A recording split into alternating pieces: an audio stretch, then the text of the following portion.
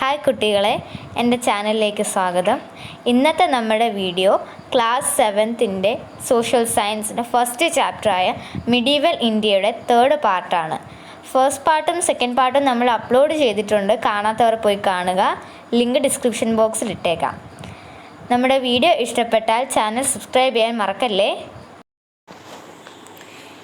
In 1575, Akbar built Ibadat Khana in his new capital, Fatehpur Sikri. 1575 Akbar ഇബാദത്ത് ഖാന എന്ന് പറയുന്നൊരു കെട്ടിടം പണിതു ഇൻ ഹിസ് ന്യൂ ക്യാപിറ്റൽ, പുതിയ ക്യാപിറ്റലായിട്ടുള്ള ഫത്തേപൂർ സിക്രിയിൽ. Scholars and dignitaries of various religions used to gather here. പണ്ഡിതന്മാരും അതുപോലെ എല്ലാ ഉദ്യോഗസ്ഥന്മാർ പല പല റിലീജിയണിലുള്ള എല്ലാവരും, Hindus, Muslims, Christians, Parsees, Sikh, അങ്ങനെ പല പല റിലീജിയനിലുള്ള എല്ലാ സ്കോളേഴ്സും അതുപോലെ തന്നെ ഉദ്യോഗസ്ഥരുമെല്ലാം അവിടെ കൂടിയിരുന്നു. These discussion speak volume about Akbar's policy of religious tolerance. ഇതിൽ നിന്നെല്ലാം നമുക്ക് മനസ്സിലാക്കാം അദ്ദേഹത്തിൻ്റെ religious tolerance. Akbar created Din Ilahi his visionary religion by combining the good aspect of all religions. അപ്പോൾ അക്ബർ ക്രിയേറ്റ് ചെയ്ത റിലീജിയനാണ് ദിൻ ഇലാഹി. അതിനകത്ത് ഈ ദിൻ ഇലാഹിക്കകത്ത് എല്ലാ റിലീജിയൻ്റെയും, ഹിന്ദുയിസം ആവട്ടെ ക്രിസ്ത്യൻസ് ആവട്ടെ, എല്ലാ റിലീജിയണിൻ്റെയും ഗുഡ് ആസ്പെക്റ്റ് നല്ല കാഴ്ചപ്പാടുകൾ, നല്ല നല്ല പോളിസികൾ അതെല്ലാം ഇതിനകത്ത് അഡോപ്റ്റ് ചെയ്തിരുന്നു ദിൻ ഇലാഹിക്കകത്ത്. Peace to all or Sulh i kul is the core of this vision. ഈ ദിൻ ഇലാഹി അദ്ദേഹം ക്രിയേറ്റ് ചെയ്ത അല്ലെങ്കിൽ അദ്ദേഹം ഉണ്ടാക്കിയ റിലീജിയനായിട്ടുള്ള മതമായിട്ടുള്ള ദിൻ ഇലാഹിയുടെ പ്രധാനപ്പെട്ട കോർ എന്ന് പറയുന്നത്, അതിൽ അന്തസത്ത എന്ന് പറയുന്നത് പീസ് ടു ഓൾ, എല്ലാവർക്കും സമാധാനം. സുൽഹിക്കുൾ എന്ന് പറയുന്നത് ഒരു അറബിക് വേർഡാണ്. He aimed to clarify the idea that all visions are for the welfare of human beings. അദ്ദേഹത്തിൻ്റെ ലക്ഷ്യം എന്ന് പറയുന്നത് എല്ലാ വിഷൻസും, എല്ലാ കാര്യങ്ങളും ആരുടെ, ഹ്യൂമൻ ബീയിങ്സ്, മനുഷ്യവർഗത്തിൻ്റെ വെൽഫെയറിന് വേണ്ടിയിട്ടായിരിക്കണം, ക്ഷേമത്തിന് വേണ്ടിയിട്ടായിരിക്കണം. The abolition of the religious tax called jizya proved that Akbar followed tolerance in the administrative field as well. The abolition of religious tax called ജസിയ എന്ന് പറയുന്നത് നോൺ മുസ്ലിം ആയിട്ടുള്ള ആൾക്കാർ കൊടുക്കേണ്ട ടാക്സ് ആയിരുന്നു. മുഗൾ രാജവംശത്തിലെ മിക്കവാറുമുള്ള രാജാക്കന്മാരെല്ലാം ഹിന്ദുസിൻ്റെ മുകളിൽ അഡോപ്റ്റ് ചെയ്തിരുന്നൊരു ടാക്സാണ് ജസിയ എന്ന് പറയുന്നത്. നോൺ മുസ്ലിം ആയിട്ടുള്ള ആൾക്കാർ ഒരു ടാക്സ് അടയ്ക്കണമായിരുന്നു. Proved that Akbar followed tolerance in the administrative field as well. അപ്പോൾ ഇത് അബോളിഷ് ചെയ്തു, ഇത് എടുത്തു കളഞ്ഞു. അക്ബർ ഈ ഒരു ടാക്സ് എടുത്തു കളഞ്ഞു. അതിൽ നിന്ന് നമുക്ക് മനസ്സിലാക്കാവുന്നത് Akbar followed tolerance in administrative field. അദ്ദേഹം റിലീജിയസ് ഫീൽഡിൽ മാത്രമല്ല, റിലീജിയസ് ഫീൽഡിൽ അദ്ദേഹം ഇബാദത്ത് ഖാന പണി കഴിപ്പിച്ചു. എന്തിനാണ്? റിലീജിയസ് ഡിസ്കഷൻസ് ചെയ്യുന്നതിന് വേണ്ടി. എല്ലാ റിലീജിയനിൽ നിന്നുള്ള നല്ല നല്ല കാര്യങ്ങൾ അദ്ദേഹം അഡോപ്റ്റ് ചെയ്തിട്ടാണ് ദിൻ ഇലാഹി എന്ന് പറയുന്നൊരു റിലീജിയൻ ഉണ്ടാക്കിയത്. അതുപോലെ തന്നെ അദ്ദേഹം ജസിയയും അബോളിഷ് ചെയ്തു. അദ്ദേഹം അത് നിരോധിച്ചു. അതും അഡ്മിനിസ്ട്രേറ്റീവ് ഫീൽഡിൽ അദ്ദേഹത്തിന് റിലീജിയസ് ടോളറൻസ് ആണ് കാണിക്കുന്നത്. People from all sects were treated equally in the sphere of Mughal rule. എല്ലാ സെക്റ്റും, അതായത് എല്ലാ റിലീജിയനിലുള്ള എല്ലാ ആൾക്കാരെയും അദ്ദേഹം ട്രീറ്റ് ചെയ്തിരുന്നത് ഈക്വലി, ഒരുപോലെയായിരുന്നു. Raja Todarmal, Raja Man Singh, Raja Bhagwan Das and Birbal were prominent among those who held high position in the royal court of emperor Akbar. ഈ രാജ തോഡർമാളും രാജ മാൻസിംഗും രാജ ഭഗവൻദാസും ബീർബലും എല്ലാം ഹിന്ദു മിനിസ്റ്റേഴ്സ് ആയിരുന്നു. അക്ബറിൻ്റെ കോർട്ടിലുള്ള ഹിന്ദു മിനിസ്റ്റേഴ്സ് ആയിരുന്നു അദ്ദേഹം. അതായത് പ്രധാനപ്പെട്ട മിനിസ്റ്റേഴ്സ് ആയിരുന്നു. അവർക്കെല്ലാം അദ്ദേഹം ആ കോർട്ടിൽ വളരെ ഹൈ പൊസിഷൻ, ഉയർന്ന പൊസിഷനായിരുന്നു കൊടുത്തിരുന്നത്. ഇതിൽ നിന്നെല്ലാം നമുക്ക് മനസ്സിലാക്കുന്നത് അദ്ദേഹത്തിൻ്റെ റിലീജിയസ് ടോളറൻസ് ആണ്. അടുത്തൊരു ക്വസ്റ്റ്യൻ ആണുള്ളത്. What was Akbar's aim in building ഇബാദത്ത് ഖാന? Make A not. അദ്ദേഹത്തിന് ഈ ഇബാദത്ത് ഖാന ഉണ്ടാക്കുമ്പോൾ അദ്ദേഹത്തിൻ്റെ എയിം എന്തായിരുന്നു? അത് നമുക്ക് നോക്കാം. ക്വസ്റ്റ്യൻ്റെ answer. For conducting religious discussions and debates for the welfare of human beings. ഞാൻ പറഞ്ഞല്ലോ, മനുഷ്യൻ്റെ നന്മയ്ക്ക് വേണ്ടിയിട്ട് മതപരമായിട്ടുള്ള ഡിസ്കഷൻസും ഡിബേറ്റുകളും ഒക്കെ നടത്താൻ വേണ്ടിയിട്ടായിരുന്നു ഇബാദത്ത് ഖാനെ ഉണ്ടാക്കിയത്. അത് ഞാൻ പറഞ്ഞല്ലോ, അതിനകത്ത് ഒരുപാട് റിലീജിയനിൽ നിന്നുള്ള സ്കോളേഴ്സും അതുപോലെ തന്നെ ഡിഗ്നിറ്ററീസും ഒക്കെ അതിനകത്ത് പങ്കെടുത്തിരുന്നു. ആ ഡിസ്കഷൻസുകളിലൊക്കെ പങ്കെടുത്തിരുന്നു. അത് ടെക്സ്റ്റിൽ നിന്ന് നമുക്ക് മനസ്സിലായതാണ്. അത് എന്തിനു വേണ്ടിയിട്ടായിരുന്നു? മനുഷ്യൻ്റെ നന്മയ്ക്ക് വേണ്ടിയിട്ടുള്ളത് മാത്രമായിരുന്നു. അതുപോലെ പീസ് ടു ഓൾ, എല്ലാവർക്കും സമാധാനം, ഇതൊക്കെയായിരുന്നു അദ്ദേഹത്തിൻ്റെ റിലീജിയൻ്റെ അന്തസത്ത. മുഗൾ സുൽത്താൻ Jahangir recorded in his memoir Tuzuk i Jahangiri that Akbar had ordered his followers, my followers should not waste time in enmity with other religions. Let the concept of Sulh i kul peace to all be applied to all belongs to other religions. Do not kill animals or take up arms except in the time of war. Mughal സുൽത്താൻ ജഹാംഗീർ ആരാണ്? അക്ബറിൻ്റെ മകനാണ്. Recorded in his memoir, ഓർമ്മക്കുറിപ്പ്, memoir വെച്ചാൽ ഓർമ്മക്കുറിപ്പ്, അദ്ദേഹത്തിൻ്റെ ഓർമ്മക്കുറിപ്പിൻ്റെ പേരാണ് തുസുക്കി ജഹാംഗീരി, പഠിച്ചു വെച്ചോണം. That Akbar had ordered his followers, അദ്ദേഹം അതിനകത്ത് എഴുതി അക്ബർ ഇങ്ങനെ അദ്ദേഹത്തിൻ്റെ ഫോളോവേഴ്സിനോട്, അതായത് അദ്ദേഹത്തിൻ്റെ പ്രജകളെ ഇങ്ങനെ ഓർഡർ ചെയ്തിരുന്നു. My followers should not waste time in enmity with other religion, മറ്റുള്ള മതത്തിനോട് ശത്രുത വെച്ച് പുലർത്താൻ പാടില്ല. Let the concept of Sulh-i-kul be applied to all belongs to other religion, എല്ലാവരും ഏത് അപ്ലൈ ചെയ്യണം? അവരുടെ റിലീജനിൽ Sulh-i-kul, peace to all. Do not kill animals or take up arms except in the time of war, ഒരിക്കലും നമ്മൾ ആനിമൽസിനെ കൊല്ലാൻ പാടില്ല. ടേക്ക് അപ്പ് ആംസ് ആയുധങ്ങൾ എടുക്കാൻ പാടില്ല. Except in time of war യുദ്ധസമയത്തല്ലാതെ നമ്മൾ ആയുധങ്ങൾ എടുക്കാൻ പാടില്ല. ഇതായിരുന്നു അദ്ദേഹത്തിൻ്റെ അതായത് ജഹാംഗീറിൻ്റെ മെമ്മേഴ്സ്, അതായത് അദ്ദേഹത്തിൻ്റെ ഓർമ്മക്കുറിപ്പിൽ എഴുതിയിരുന്നത് അക്ബറിനെ പറ്റി. അദ്ദേഹത്തിൻ്റെ ഓർമ്മക്കുറിപ്പിൻ്റെ പേരാണ് തുസുക്കി ജഹാംഗീരി.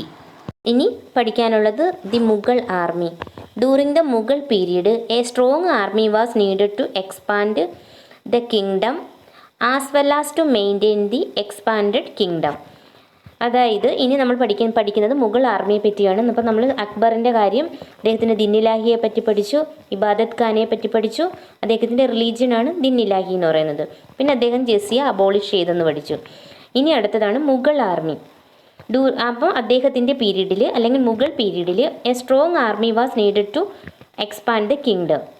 രാജ്യം എക്സ്പാൻഡ് ചെയ്യാം, രാജ്യം വിശാലമാക്കാൻ ഒരു സ്ട്രോങ് ആയിട്ടുള്ള ആർമിയെ വേണമായിരുന്നു. As well as to maintain the expanded kingdom, വിശാലമായിട്ടുള്ള കിങ്ഡം എക്സ്പാൻഡ് ചെയ്തിരുന്ന കിങ്ഡം അത് മെയിൻറ്റെയിൻ ചെയ്യണമെങ്കിലും എന്ത് വേണമായിരുന്നു? നല്ല സ്ട്രോങ് ആയിട്ടുള്ളൊരു ആർമി വേണമായിരുന്നു. അതിന് കൊണ്ടുവന്നൊരു സിസ്റ്റമാണ് മാൻസബ്ദാരി സിസ്റ്റം. അതായത് അക്ബർ കൊണ്ടുവന്നൊരു സിസ്റ്റമാണ് Mansabdari system. Mansabdari system was the military system implemented by Akbar for this purpose. According to this system each officers had a regiment under him. ഈ സിസ്റ്റം പ്രകാരം ഈച്ച് ഓഫീസേഴ്സ്, എല്ലാ ഓഫീസേഴ്സിനും അതിൻ്റെ കീഴിൽ ഒരു റെജിമെൻറ്റ്, ഗ്രൂപ്പ് ഓഫ് സോൾജിയേഴ്സ്, അതാണ് റെജിമെൻ്റ് എന്ന് പറയുന്നത്, ഉണ്ടായിരുന്നു. The title mansab refers to the number of cavalry each officers is required to maintain. ഈ ടൈറ്റിൽ മാൻസബ് എന്ന് പറയുന്നത് എത്രമാത്രം നമ്പർ ഓഫ് കാവലറി, അതായത് കുതിരപ്പട്ടാളം, കാവലറി എന്ന് വെച്ചാൽ കുതിരപ്പട്ടാളം, each officers is required to maintain. ആ ഓഫീസേഴ്സ് അത് എത്ര കുതിരപ്പട്ടാളത്തെ അദ്ദേഹം മെയിൻറ്റെയിൻ ചെയ്യുന്നു എന്നതിനെ അനുസരിച്ചായിരുന്നു ഈ ടൈറ്റിൽ, ഈ മാൻസബ് എന്ന് പറയുന്നത്. The rank of the mansab was determined by the number of soldiers to be maintained. ആ റാങ്ക്, അത് മാൻസബ് എന്ന് പറയുന്ന റാങ്കും തീരുമാനിച്ചിരുന്നത് എത്രമാത്രം സോൾജിയേഴ്സിനെ, എത്രമാത്രം പട്ടാളക്കാരെ അദ്ദേഹം മെയിൻറ്റെയിൻ ചെയ്യുന്നു എന്ന അതിൻ്റെ അടിസ്ഥാനത്തിലായിരുന്നു അദ്ദേഹത്തിൻ്റെ റാങ്കും നിശ്ചയിച്ചിരുന്നത്. This system was implemented as an alternative to maintain army paying directly from the state exchequer. Exchequer എന്ന് പറഞ്ഞാൽ അത് ഖജനാവ്, അതായത് സംസ്ഥാനത്തിൻ്റെ ഖജനാവിൽ നിന്നായിരുന്നു ഈ സൈന്യത്തെ നിലനിർത്താൻ നേരിട്ട് പണം നൽകിയിരുന്നത്. This system was implemented as an alternative to maintain army paying directly from the state exchequer. Mansabdars were allotted land according to their rank. അവരുടെ റാങ്കിനനുസരിച്ച്, അതായത് ഇപ്പം സോൾജിയേഴ്സിനെ മെയിൻറ്റെയിൻ ചെയ്യുന്നു. അപ്പം ചിലവർക്ക് 5000 ആയിരിക്കുള്ളൂ, ചിലവർക്ക് 10000 ആയിരിക്കും അവരുടെ കീഴിലുള്ള സോൾജിയേഴ്സും. അതിനനുസരിച്ചായിരുന്നു അവരുടെ റാങ്ക് നിശ്ചയിച്ചിരുന്നത്. ചിലവർക്ക് 10,000-ന് മുകളിലായിരിക്കും ഉള്ളത്. അപ്പോൾ ആ ഒരു എത്രമാത്രം സോൾജിയേഴ്സിനെ അയാൾ മെയിൻറ്റെയിൻ ചെയ്യുന്നു അതിനനുസരിച്ചായിരിക്കും അയാളുടെ റാങ്ക് നിശ്ചയിച്ചിരുന്നത്. The Mansabdars maintained his army by collecting tax from the land allotted to them. Each ഓഫീസേഴ്സിനും ലാൻഡ് അലോട്ട് ചെയ്തിരുന്നു, അവർക്ക് ഭൂമി കൊടുത്തിരുന്നു. ആ ഭൂമിയിൽ നിന്ന് കിട്ടുന്ന ടാക്സ് വെച്ചിട്ടായിരുന്നു ഇവർ ഈ ആർമിയെ മെയിൻറ്റെയിൻ ചെയ്തിരുന്നത്. The support of the nobles and the military was necessary to carry forward the regime strongly. ഈ റെജിമെൻറ്റിനെ നല്ല സ്ട്രോങ്ലി ആയിട്ട് മുന്നോട്ട് കൊണ്ടുപോകണമെങ്കിൽ നോബിൾസിൻ്റെയും പുരോഹിതന്മാരുടെയും അതുപോലെ തന്നെ മിലിറ്ററി പട്ടാളക്കാരുടെയും സപ്പോർട്ട് വേണം. റെജിമെൻ്റ് എന്ന് പറഞ്ഞാൽ ഏതാണ്? Group of soldiers. Mansabdari system was implemented to achieve this object. ഈ ഒരു ലക്ഷ്യം നേടിയെടുക്കുന്നതിന് വേണ്ടിയിട്ടായിരുന്നു മാൻസബ്ദാരി സിസ്റ്റം കൊണ്ടുവന്നത്. Organise a discussion on Mansabdari system of Mughals. അപ്പോൾ ഇത്രയും ഞാൻ പറഞ്ഞതാണ് ഇതിനെഴുതേണ്ട answer. Organise a discussion on Mansabdari system of Mughals. അപ്പോൾ ഞാൻ ഡീറ്റെയിൽ ആയിട്ട് മാൻസബ്ദാരി സിസ്റ്റത്തെ പറ്റി പറഞ്ഞു തന്നിട്ടുണ്ട്. അത് 2-3 പ്രാവശ്യം കേൾക്കുമ്പോൾ അത് മനസ്സിലാവും. ഇനി അടുത്തത് Mughal administration. Let us see the measures adopted for the administrative convenience during the Mughal period. Mughal administration എന്ന് പറഞ്ഞാൽ ഭരണ സംവിധാനങ്ങൾ. മുഗൾ കിങ്ഡത്തെ എത്ര അഡ്മിനിസ്ട്രേറ്റീവ് കൺവീനിയൻസ് എന്ന് പറഞ്ഞാൽ എളുപ്പത്തിന് വേണ്ടിയിട്ട്, ഭരിക്കാനുള്ള എളുപ്പത്തിന് വേണ്ടിയിട്ട് മുഗൾ രാജ്യത്തെ അവർ ധാരാളമായിട്ട് ഡിവൈഡ് ചെയ്തിരുന്നു എളുപ്പത്തിന് വേണ്ടിയിട്ട്. അപ്പം ഫസ്റ്റ് എന്ന് പറയുന്നത് സുബ, അത് കഴിഞ്ഞിട്ട് സർക്കാർ, പർഗാന, ഗ്രാമം എന്ന് വെച്ചാൽ ഏറ്റവും ലോവസ്റ്റ് ആയിട്ടുള്ള യൂണിറ്റാണ് ഗ്രാമം. അതായത് കുറേ ഗ്രാമങ്ങൾ കൂടി പർഗാന ഉണ്ടാവുന്നു, കുറേ പർഗാനകൾ കൂടി സർക്കാർ ഉണ്ടാവുന്നു, കുറേ സർക്കാരുകൾ കൂടി സഭ ഉണ്ടാവുന്നു, കുറേ സഭകൾ കൂടി മുഗൾ കിങ്ഡം ആവുന്നു. It was during Akbar's regime in Mughal rule that such administrative order was effectively formed. അപ്പം അക്ബറിൻ്റെ കാലത്തായിരുന്നു ഇത് എഫക്റ്റീവ്ലി, വളരെ ശക്തമായിട്ട് ഈ ഒരു സിസ്റ്റം ഫോളോ ചെയ്തിരുന്നത്. അതായത് അത് പഠിച്ചു വെച്ചോണം, ഈ ഒരു പിരമിഡ് ഷേപ്പിലുള്ളത് പഠിച്ചു വെച്ചോണം. അതായത് മുഗൾ കിങ്ഡം ഡിവൈഡായിട്ട് പിന്നെ സുബ ഉണ്ടാകുന്നു, സുബ ഡിവൈഡ് ചെയ്ത് സർക്കാർ ഉണ്ടാകുന്നു, സർക്കാർ ഡിവൈഡ് ചെയ്ത് പർഗാന ഉണ്ടാകുന്നു, പർഗാന ഡിവൈഡ് ചെയ്ത് ഗ്രാമം ഉണ്ടാകുന്നു. നേരെ മുകളിലോട്ട് പോകുന്നെങ്കിൽ ഗ്രാമം കൂടിച്ചേർന്ന് പർഗാന ഉണ്ടാകുന്നു, പർഗാന കൂടിച്ചേർന്ന് കുറേ പർഗാനകൾ കൂടിച്ചേർന്ന് സർക്കാർ ഉണ്ടാകുന്നു, കുറേ സർക്കാരുകൾ കൂടിച്ചേർന്ന് സുബ ഉണ്ടാകുന്നു, കുറേ സുബകൾ കൂടിച്ചേർന്ന് മുഗൾ അഡ്മിനിസ്ട്രേഷൻ ഉണ്ടാകുന്നു. നമ്മുടെ ഇപ്പോഴത്തെ തന്നെ ഈ പഞ്ചായത്ത്, ബ്ലോക്ക്, സ്റ്റേറ്റ് അതുപോലെ തന്നെ. നമുക്ക് നെക്സ്റ്റ് പഠിക്കാനുള്ളത് സോഷ്യോ എക്കണോമിക് സ്റ്റാറ്റസ്. മുഗൾ രാജ്യത്തിലെ സോഷ്യോ എക്കണോമിക്, സാമ്പത്തികപരമായിട്ടും അതുപോലെ സോഷ്യൽ പരമായിട്ടും സാമൂഹിക വ്യവസ്ഥിതി. European travellers and traders who visited India at that time recorded about the society during the Mughal rule. നമുക്ക് മുഗൾ റൂളിനെ പറ്റി, അവിടുത്തെ റൂളേഴ്സിനെ പറ്റിയും അവരുടെ അഡ്മിനിസ്ട്രേഷനെ പറ്റിയും നമുക്ക് മനസ്സിലാവുന്നത് ഓരോരുത്തർ എഴുതി വയ്ക്കുന്ന റെക്കോർഡുകളിൽ നിന്നാണ്. അല്ലെങ്കിൽ രാജാവ് തന്നെ എഴുതി വയ്ക്കുന്ന റെക്കോർഡുകളോ അല്ലെങ്കിൽ എന്തെങ്കിലും ചരിത്രപരമായിട്ടുള്ള അവശിഷ്ടങ്ങളിലോ അവശേഷിപ്പുകളിലോ എന്നൊക്കെയാണ് നമ്മൾ ആ സമയത്തെ ചരിത്രത്തെപ്പറ്റി മനസ്സിലാക്കുന്നത്. അപ്പോൾ യൂറോപ്യൻ ട്രാവലേഴ്സും അതുപോലെ തന്നെ ട്രേഡേഴ്സ്, ഇവിടെ വ്യാപാരത്തിന് വന്നവരും ട്രാവലേഴ്സ് വിസിറ്റ് ചെയ്യാൻ വന്നവരും recorded about the society during the Mughal rule. ആ സമയത്തെ സൊസൈറ്റിയെ പറ്റി സമൂഹത്തെ പറ്റി എഴുതിയിരുന്നു. A feudal social system existed at that time. ആ സമയത്ത് ഫ്യൂഡൽ സിസ്റ്റമായിരുന്നു നിലനിന്നിരുന്നത്. അത് ഫ്യൂഡൽ സിസ്റ്റം എന്ന് പറഞ്ഞാൽ സൊസൈറ്റി 3-4 സ്ട്രാറ്റകളായിട്ട് ഡിവൈഡ് ചെയ്യുക. അതിനകത്ത് ഏറ്റവും പവർഫുള്ളായിട്ടുള്ളവർ ഏറ്റവും മുകളിലത്തെ സ്ട്രാറ്റയിൽ, ഏറ്റവും ലാസ്റ്റിൽ അങ്ങനെ വന്നു മിഡിൽ മാൻ, അങ്ങനെ വന്ന് ഏറ്റവും താഴെ പെസൻറ്റ് തൊഴിലാളികൾ. അതാണ് ഫ്യൂഡൽ സിസ്റ്റം എന്ന് പറയുന്നത്. അപ്പോൾ ഈ മുഗൾ റൂള്, അതായത് മുഗൾ എംപയറിൽ ഫ്യൂഡൽ സിസ്റ്റം നിലനിന്നിരുന്നു എന്നാണ് യൂറോപ്യൻ ട്രാവലേഴ്സും അതുപോലെ തന്നെ ട്രേഡേഴ്സും പറയുന്നത്. സൊസൈറ്റി വാസ് ഡിവൈഡ്, അതുകൊണ്ട് തന്നെ സൊസൈറ്റി ഒരുപാട് സ്ട്രാറ്റകളായിട്ട് ഡിവൈഡ് ചെയ്തിരുന്നു. The common man was at the bottom of the society with the king at the top. ഞാൻ പറഞ്ഞില്ല, ഈ ഫ്യൂഡൽ സിസ്റ്റത്തിനകത്ത് ഏറ്റവും ടോപ്പിലുള്ളത് പവർഫുള്ളായിട്ടുള്ള ആളായിരിക്കും. അതിനുശേഷം പുരോഹിതന്മാർ, പുരോഹിതന്മാർ ഇങ്ങനെ വന്നിട്ട് ഏറ്റവും ലാസ്റ്റിൽ കോമൺ മാൻ, അതായത് പെസൻറ്റ്, തൊഴിലാളികളായിരിക്കും. അതുപോലെ അതാണ് ഫ്യൂഡൽ സിസ്റ്റം എന്ന് പറയുന്നത്.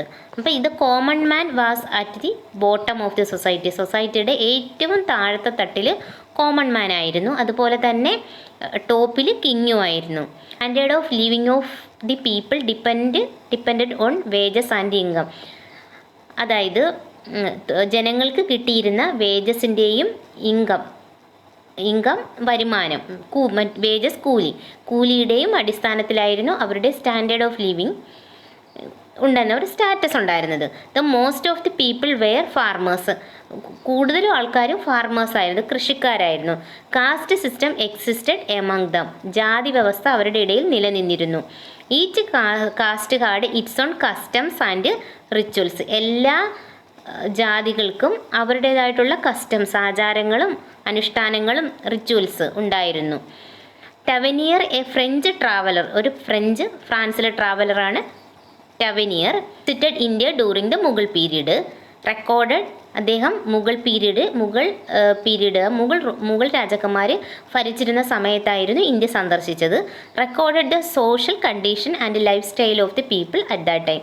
ആ സമയത്തെ സോഷ്യൽ കണ്ടീഷനും ജനങ്ങളുടെ ജീവിത രീതിയെ പറ്റിയെല്ലാം അദ്ദേഹം റെക്കോർഡ് ചെയ്തിരുന്നു, എഴുതിയിരുന്നു അദ്ദേഹത്തിൻ്റെ വർക്കിൽ, അതായത് പുസ്തകത്തിൽ.